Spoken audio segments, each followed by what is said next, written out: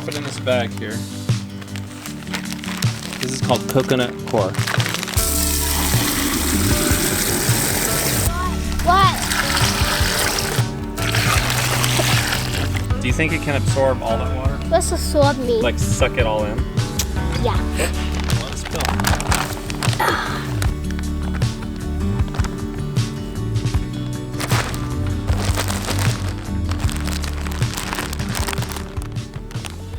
Grace and I went out and picked up our steer's head this morning. The butcher cannot store it in his facility for us, and so we wanted it out of there. And we wanted his head because it's just such a neat thing, a cow skull with horns. And it's kind of sad for that just to be thrown away somewhere. It's not coming. Her water's full. I'm sitting here trying to figure this hose out, standing here staring at a full bucket of water. It's not full, but it's got plenty in it. Hey girl, I need to make fly spray. Yeah, the flies are getting bad now, huh? Yeah. I'm still trying to figure out this rotation and grazing thing. I put her on an area that's too small and she overgrazes it really fast, and then put her on a little bigger area like this, but then she leaves these patches, like these huge patches.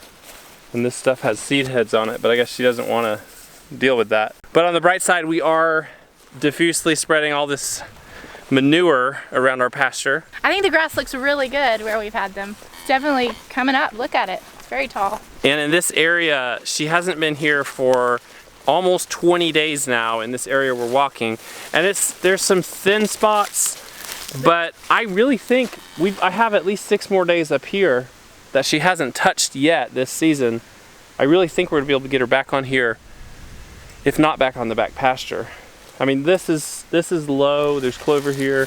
This section here has always been a little deficient. But the cool thing with this is this area that no bovine or any animal has touched for 20 days, and it'll be close to 30, probably over 30 by the time she touches it. So you think about how that can break parasite cycles. There's some little mushrooms, I guess, that like manure. Basically the cow pies are gone, and this is a very, very clean place for a cow to eat grass out here now, so I'm very happy with that. Look at the butterflies.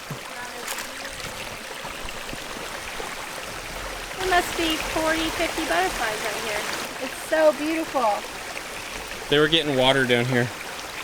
What kind of tree is that? They scattered all over. They're all over the pasture now. That's a hawthorn tree. With all the blooms? Yeah. She's asking about this beautiful little blooming tree up here. And it's a hawthorn. You can tell because from a distance it kind of looks like an apple tree and has very similar blooms, or a crabapple. But when you get up close, it has these gnarly thorns just covering it. Lots and lots of little thorns. And they're beautiful trees. Bees love them. I can hear the bees just humming up there, so that's an advantage. One small disadvantage, if you're treating your apple trees for diseases, the hawthorns get basically every apple disease, and so they can be passed back to your trees in your yard. We're just inspecting this back pasture out here. We had the cows here for a couple months before we put them back on our pasture, but they haven't been here for over 20 days now. And we're just checking it out, see if we can put the cows back out here in the next couple weeks. And I think we can. I want to divide it, I think, in half. And put them on half of it, and then put them on the other half, and try to break some of the pattern where they just eat their favorites, which suppresses their favorites. Yeah. But it looks pretty good, actually. I mean, my dream would be to intensively put pigs back here and then seed it.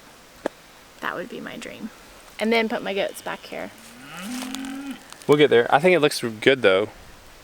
Yeah. It was kind of brushy when we moved here. It was very brushy. Yeah. And so now it's more grasses and stuff that cows would like to eat. I actually think we should rotate the goats back here with the electric fence, because they'll eat a lot of this. The cows will eat the violets less, and they'll eat this ragwort less. We've found that if you run the goats through after the cows, like in this patch down here that they're on now, the goats will come in and eat all those weeds, whereas the cows leave them. That chicken's following us all the way back here. You are a long way from home, chicken.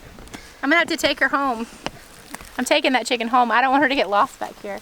That chicken followed us. Why else would she come all the way back here? There's no friends back here. Come on.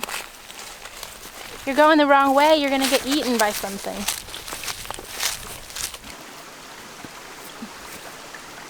We have a lot of non-farm things that we need to do today, so we don't have a whole lot to film, but my roses came in the mail today, and when that happens, you gotta stop what you're doing, no matter how important it is, and go plant your roses. So that is what we are about to do. Even though we have something else that we have to be doing today, we are stopping everything and planting roses right now. Okay, you've heard the cow moo or bawl in the past few minutes a couple times. Generally, that's a sign of displeasure or a little stress. Actually, I don't always know what it is. Now, she's been, I want to say this, since we rotated her onto this pasture, she has bawled a handful of times. When we had her in the back pasture, it was every day when they ran out of hay. Right now, it's because we're out here. Because we can hear every single one from the camper, and she's been quiet. I promise. It annoys me when she bawls. I'm like, oh gosh, what's going on? I need to go check. And I just think she's a diva. She is a diva. And when you keep a family cow and you throw them hay when they bawl, which I've made the mistake of doing, which you kind of have to if they're out of it, they learn to ask for it. If you put them out in a pasture with a round bale once a month, they never bawl for anything because they know here's their food, they just eat it, and they eat it till it's gone. You kind of train them. It's kind of like kids. If you give them a snack every time they whine, guess what? I'm not saying she's not a little lonely. We're trying to spend more time with her, but since Beefsteak the steer left, she has not bawled. Not once. Not except when we come out, she bawls because we're there. And she's like, come over here, pet me, give me something sweet. Yeah, just give me a treat is what she wants. But she has not been bawling. And I totally expected, I was like, oh no, here we go. It's gonna be 3 days to a week of her bawling all the time. Because we've seen that in the past. Not a week, 2 days I would say is usually. He would be, if he was out here alone, he would be going crazy. Yeah. Because this is mom. But she's been very quiet. She didn't really like him. I don't know why you say that, but. Because she weaned him really early, kicked him true. off. She did take him on as like an adoptive calf, but once she didn't have to feed him anymore, she didn't. She never like sought out his attention. Wow, they have decimated goat paradise. It definitely took a lot less time than I thought it would, but they still have quite a bit to eat out here. So I think we'll probably move them on Friday, which only really gave us what? A week? I said it would be 2 weeks. If I stomp down some of that blackberry, they can eat all the leaves off the top. Oh, you should do that.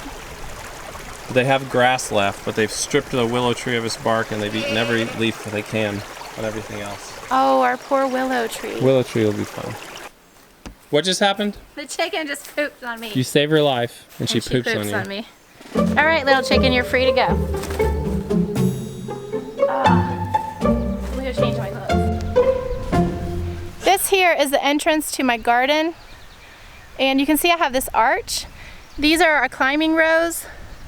I got Joseph's coat. It's a heirloom climbing rose. It's supposed to be pretty hardy, and that's what I need. I don't need anything that needs a lot of babying because I just don't have the mental capacity for that. But I really wanted something beautiful to climb around this gate. So here we go. This is gonna be fun, and I'm really, really hoping and praying that we plant them correctly and that they just thrive here. It's alive! Come here! It's alive. It's my blueberry plant I thought was a goner is actually alive. I'm gonna water it now because what happened to this blueberry bush is it got half torn out. And it looks pretty good, but it's dead. But I just saw right here, there's one branch. Actually, this branch and this branch, it's alive. So I'm just gonna. Oh, go on, chicken. Go on. You think it's the same one? Where are you going? Oh, she wants the worms. Now you'll get hurt. I can't even dig because Miss Fluffy Butt here is in the way.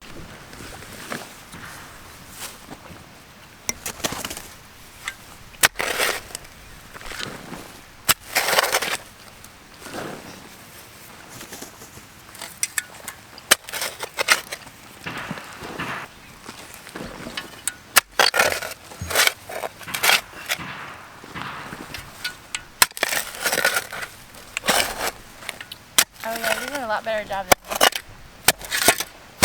I've practiced a lot more. This chicken.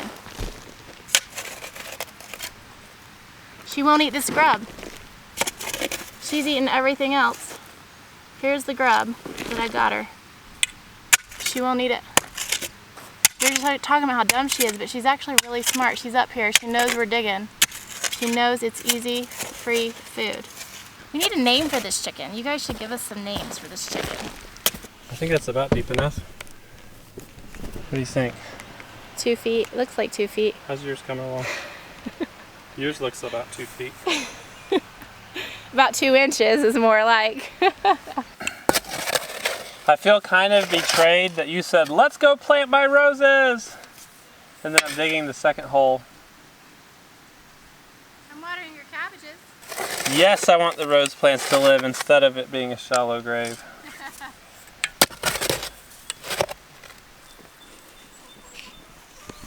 Now that we've got these nice doles hugged, holes dug, now that we've dug our holes, we're going to put the dirt back in. And we're going to actually just put some of the dirt back in and mix in some peat moss as we go to add some nice organic matter. And it's actually not peat moss, it's potting soil, which is mostly, this potting soil is mostly peat moss.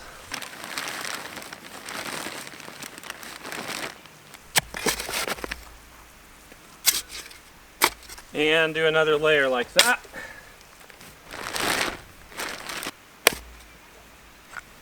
We'll add in a little of this.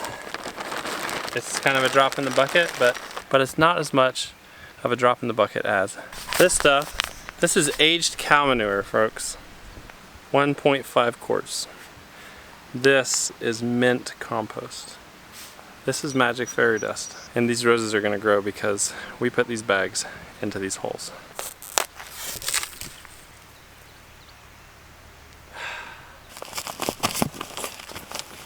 This company has guaranteed if we use their magic fairy dust in the roses that the roses will prosper, and so that's what we're doing. And that, I want to smell it. oh, mint compost.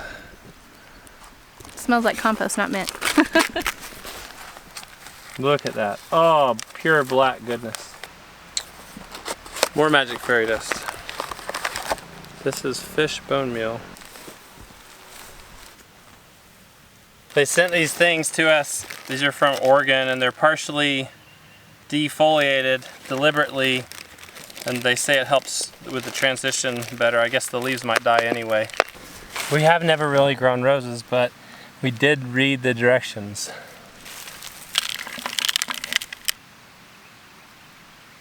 I don't know. I'm so nervous and so excited at the same time. I've longed for roses, but people always talk about how hard they are to grow. So I just kind of let that get to my head. But I'm determined to have them around this arch here. And these are supposed to be easy to grow. They're supposed to be like the easiest ones. Once again, I got Joseph's coat. And they're this beautiful variegated red and orangish peachy color. Yeah, they're supposed to be really hardy. So I hope they live and grow and thrive.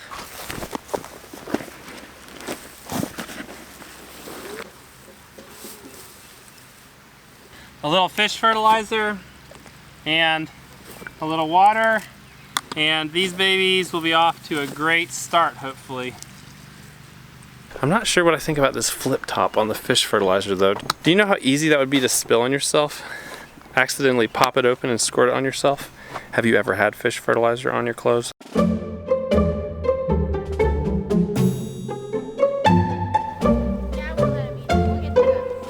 Hey goats, can you say that?